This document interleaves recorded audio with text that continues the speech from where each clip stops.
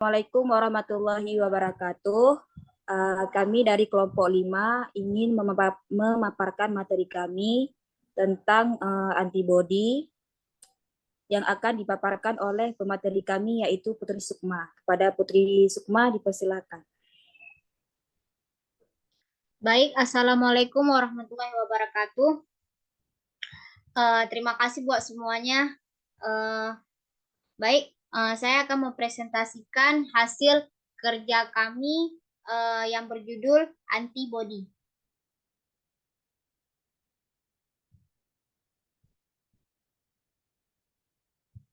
Nah, yang pertama, pengertian antibodi. Antibodi adalah senyawa glikoprotein yang memiliki struktur tertentu serta disekresikan oleh sel B yang sudah teraktivitas menjadi sel plasma yang berupa respon dari antigen tertentu dan reaktif atas antigen itu sendiri.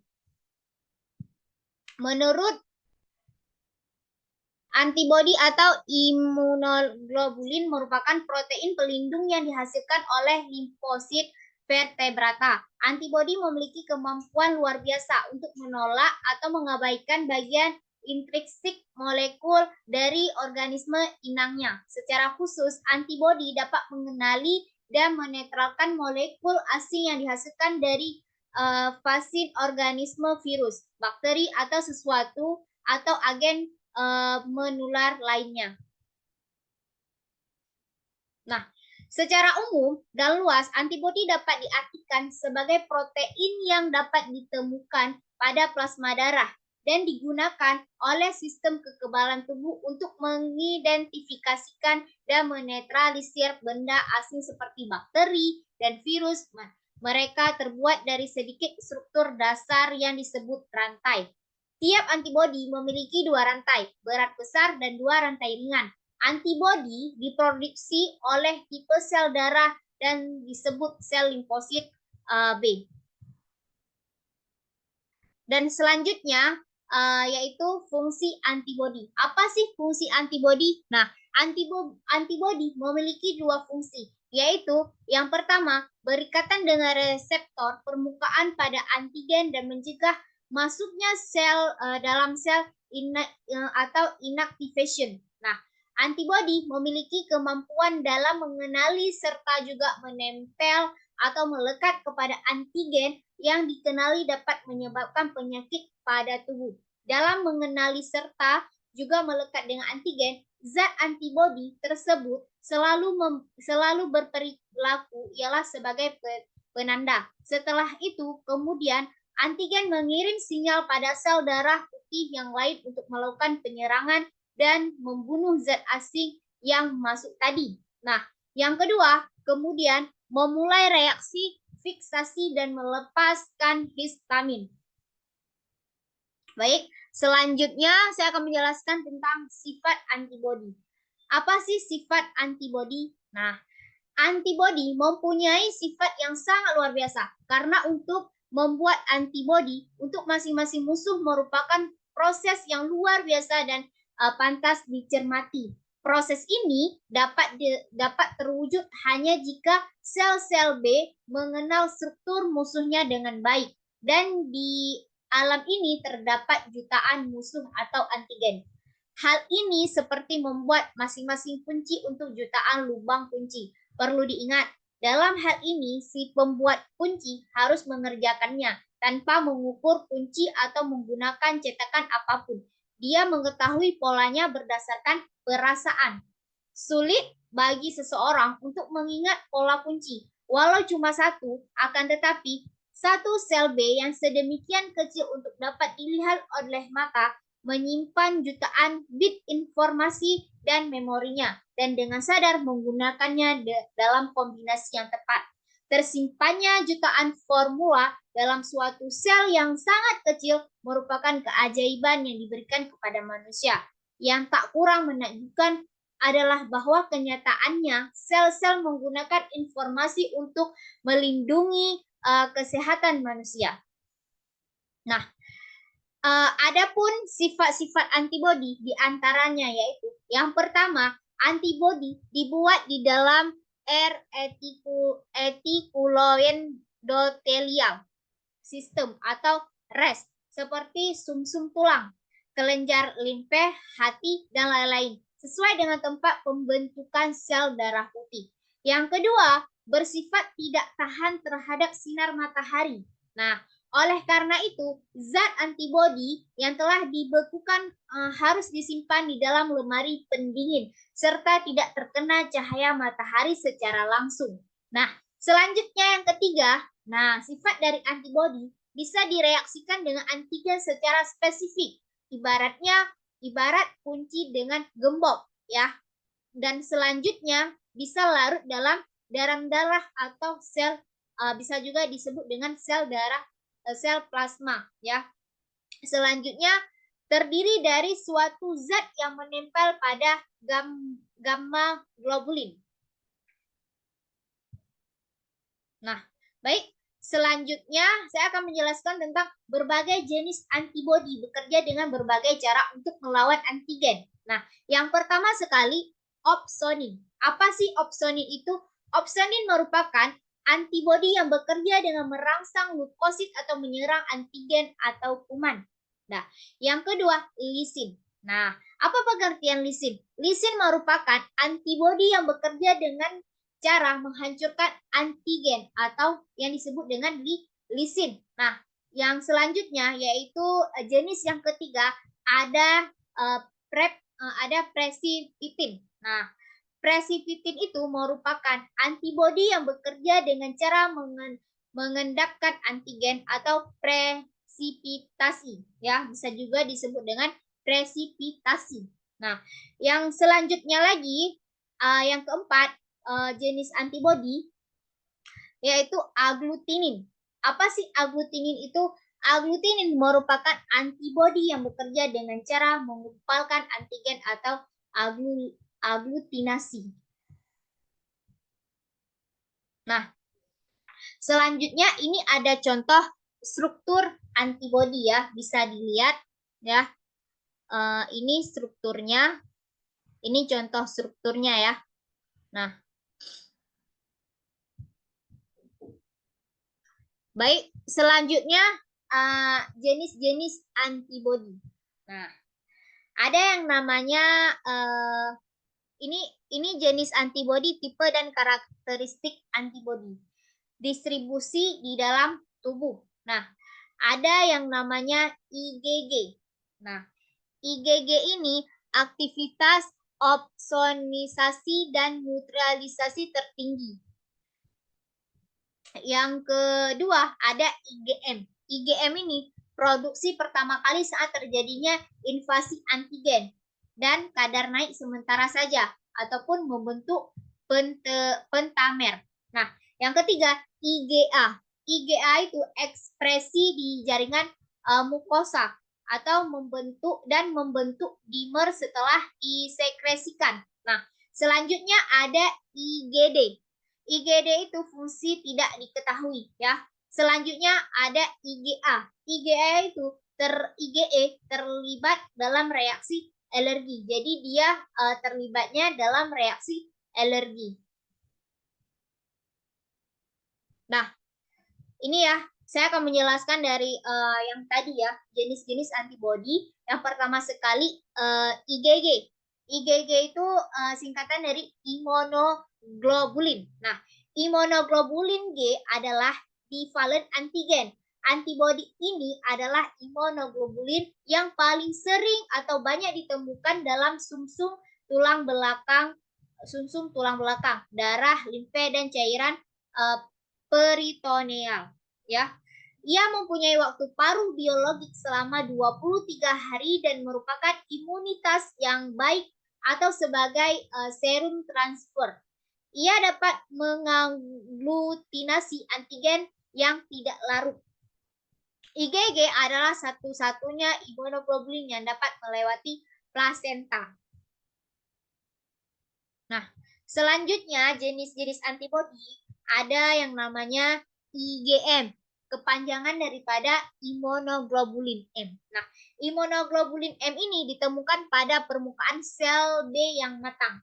IgM mempunyai waktu paruh biologi 5 hari, mempunyai bentuk pentamer dengan 5 valensi. Ya, imunoglobulin ini hanya dibentuk oleh Viatus. Nah, baik, selanjutnya ada yang namanya IgA. Apa sih IgA? IgA itu singkatan dari imunoglobulin A. Imunoglobulin A merupakan antibodi sekretori. Nah, ditemukan dalam saliva, keringat, air mata, cairan mukosa, susu, cairan lambung, dan sebagainya.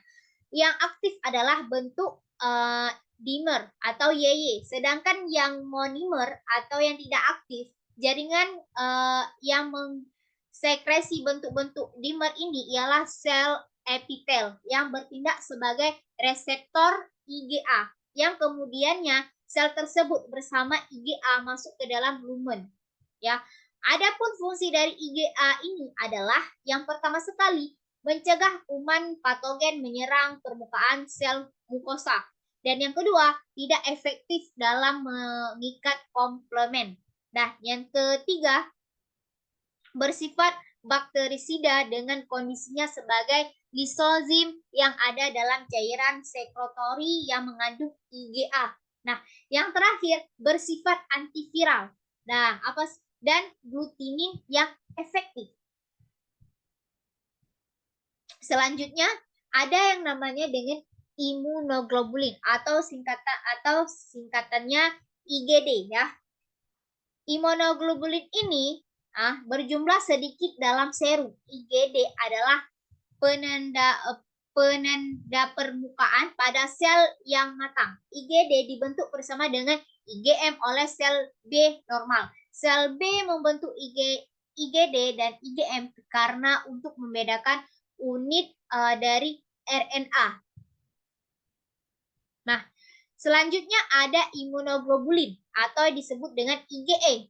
Nah, imunoglobulin E ditemukan sedikit dalam serum, terutama kalau berikatan dengan mast cell dan basofil secara efektif, tetapi kurang efektif dengan eosinofil atau IgD berikatan pada reseptor Fc pada sel-sel tersebut. Dengan adanya antigen yang spesifik untuk IgE, imunoglobulin ini menjadi bereaksi silang untuk memacu degranulasi dan bebasnya histamin dan komponen lainnya, sehingga menyebabkan reaksi anafilaksis. IgE sangat berguna untuk melawan parasit, ya.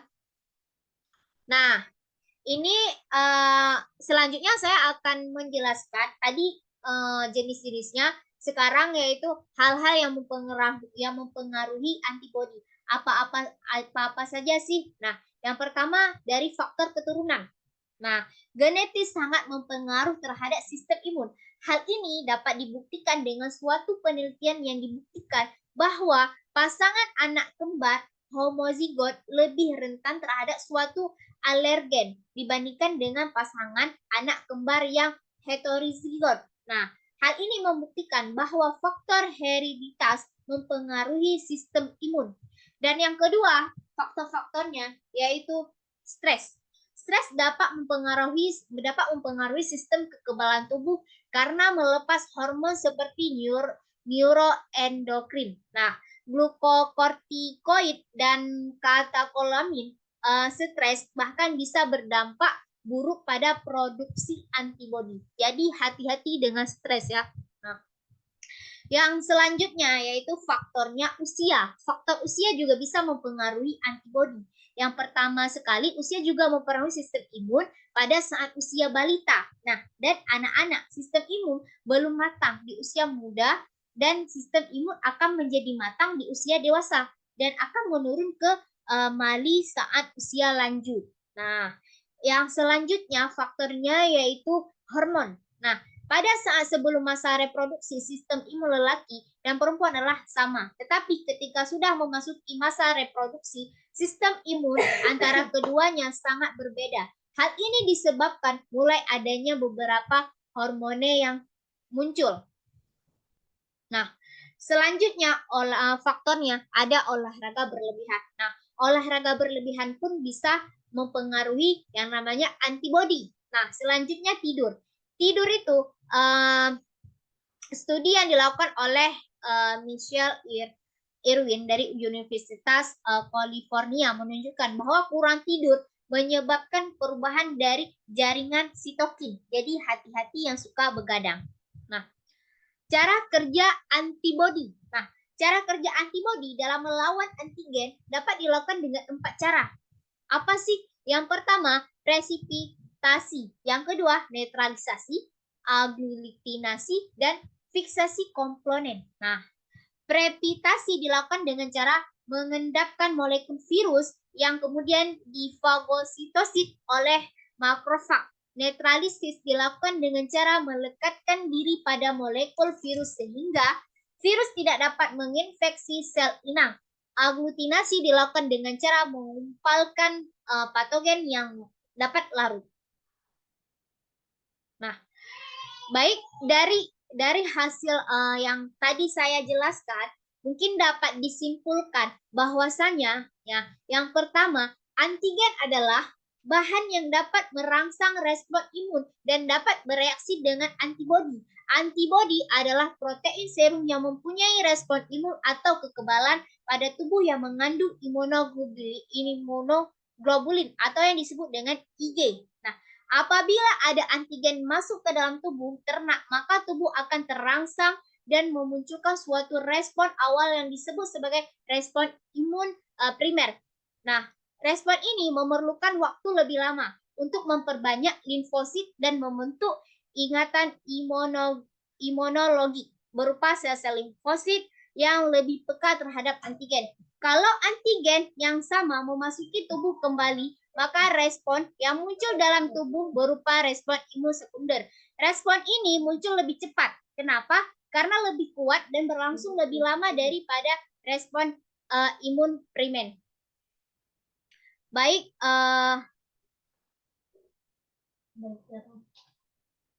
ya, baik teman-teman semua, inilah yang dapat saya sampaikan materi malam ini. Apabila ada pertanyaan, ya buat teman-teman semua bisa langsung ditanyakan.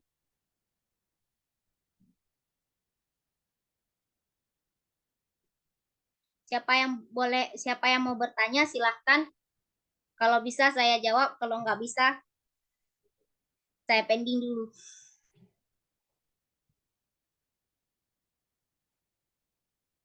Baik, ada yang bertanya? Boleh silahkan.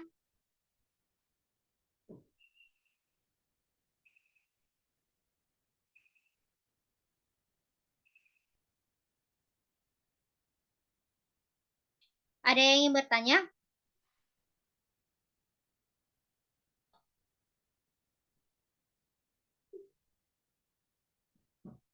Atau nggak kedengaran suara saya? Baiklah, saya Rani Sadia Lubis ingin bertanya. Coba sebutkan beberapa sifat antibodi itu. Jelaskan. Terima kasih. Baik, sama-sama ya. Jadi gini aja untuk mempermudahkan, saya jawab satu pertanyaan, satu jawaban, biar nggak menumpuk. Bisa gitu? Bisa ya? Boleh. Bisa.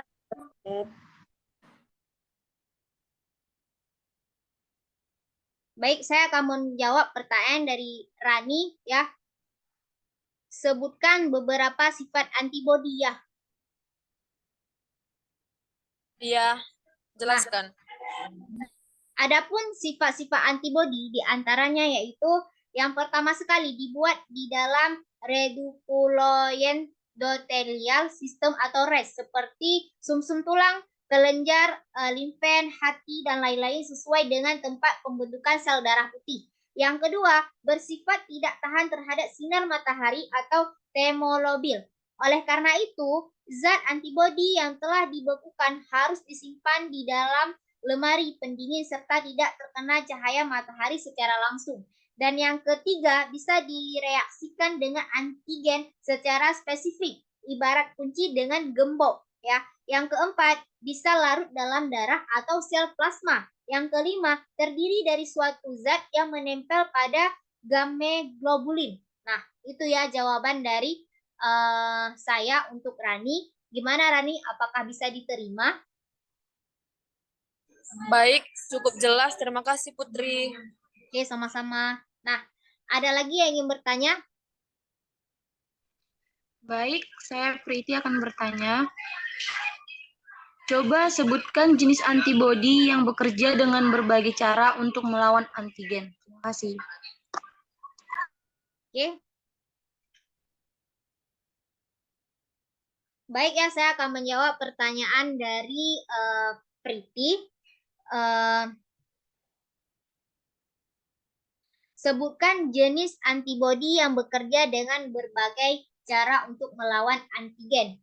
Nah, jawabannya, berbagai jenis antibodi bekerja dengan berbagai cara untuk melawan antigen, yaitu yang pertama sekali ada opsoni, merupakan antibodi yang bekerja dengan merangsang leukosit atau menyerang antigen atau kuman. Yang ketiga, ada lisin. Lisin itu merupakan antibodi yang bekerja dengan cara menghancurkan antigen atau disebut juga dengan lisin. Yang ketiga, precipitin. Nah, merupakan antibodi yang bekerja dengan cara mengendapkan antigen atau juga disebut dengan presipitasi. Nah, yang keempat, yang terakhir ada agglutinin. Agglutinin ini merupakan antibodi yang bekerja dengan cara mengumpulkan antigen atau disebut juga dengan agglutinasi. Nah, cuma itu yang bisa saya jawabkan. Gimana Priti, apa bisa diterima? Baik, terima kasih. Oke, sama-sama. Ada lagi yang ingin bertanya? Baik, saya Putri Samosir ingin bertanya.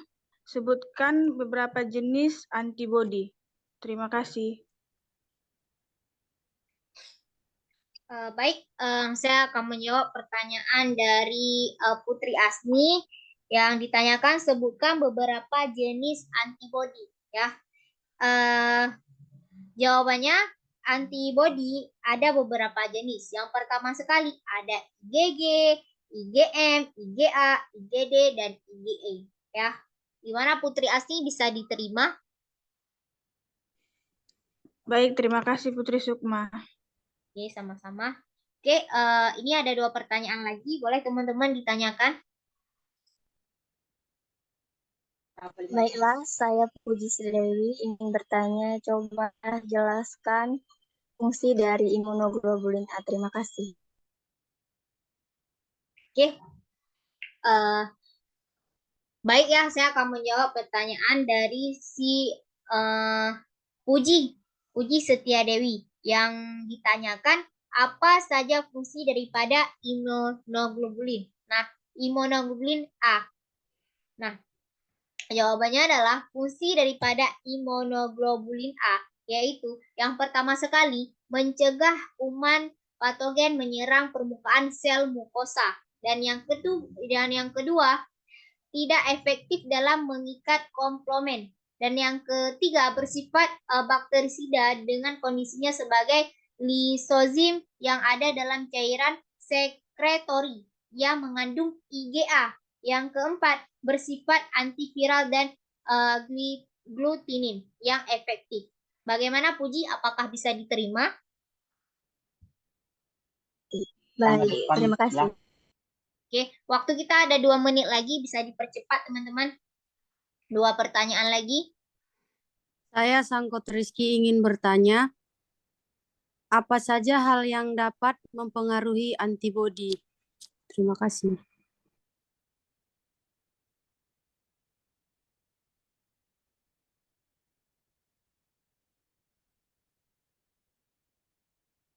Oke, baik ya, saya akan menjawab pertanyaan dari Rizky. Apa saja hal yang mempengaruhi antibodi? Hal-hal yang mempengaruhi antibodi, yang pertama sekali ada yang namanya keturunan, ya. Ada yang namanya dengan keturunan. Genetis sangat berpengaruh terhadap sistem imun. Hal ini dapat dibuktikan dengan suatu penelitian yang dibuktikan bahwa pasangan anak kembar homozigot lebih rendah terhadap alergi dibandingkan pasangan anak kembar heterozigot. Nah, yang kedua ada stres. Stres itu bisa mempengaruhi sistem imun kita ya. Yang ketiga tidur. Nah, bahwa kurang tidur menyebabkan perubahan dalam jaringan sitokin. Oke, baik. Gimana Sangkot, apakah bisa diterima? Baik, terima kasih Putri Sukma. Sama. Oke, teman-teman, ada satu pertanyaan lagi. Gimana? Baiklah, saya Ratna Hayati ingin bertanya, bagaimana cara kerja antibodi jika tubuh kita terserang antigen berupa virus atau bakteri? Terima kasih.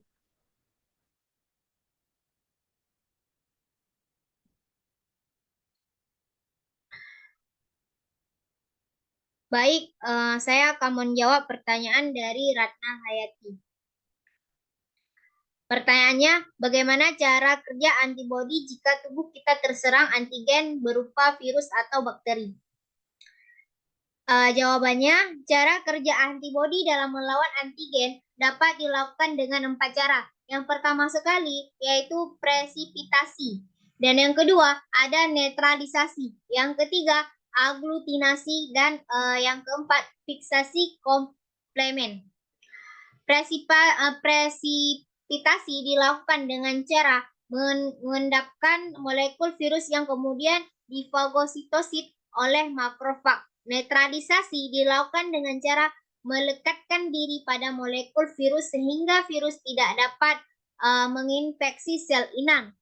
Nah, yang ketiga ada aglutinasi. Dilakukan dengan cara mengumpulkan patogen yang dapat larut. Nah, yang terakhir ada yang namanya fiksasi komplemen. Dilakukan dengan cara bekerja sama dengan protein komplemen dalam plasma dan melekat pada dinding sel antigen ataupun virus.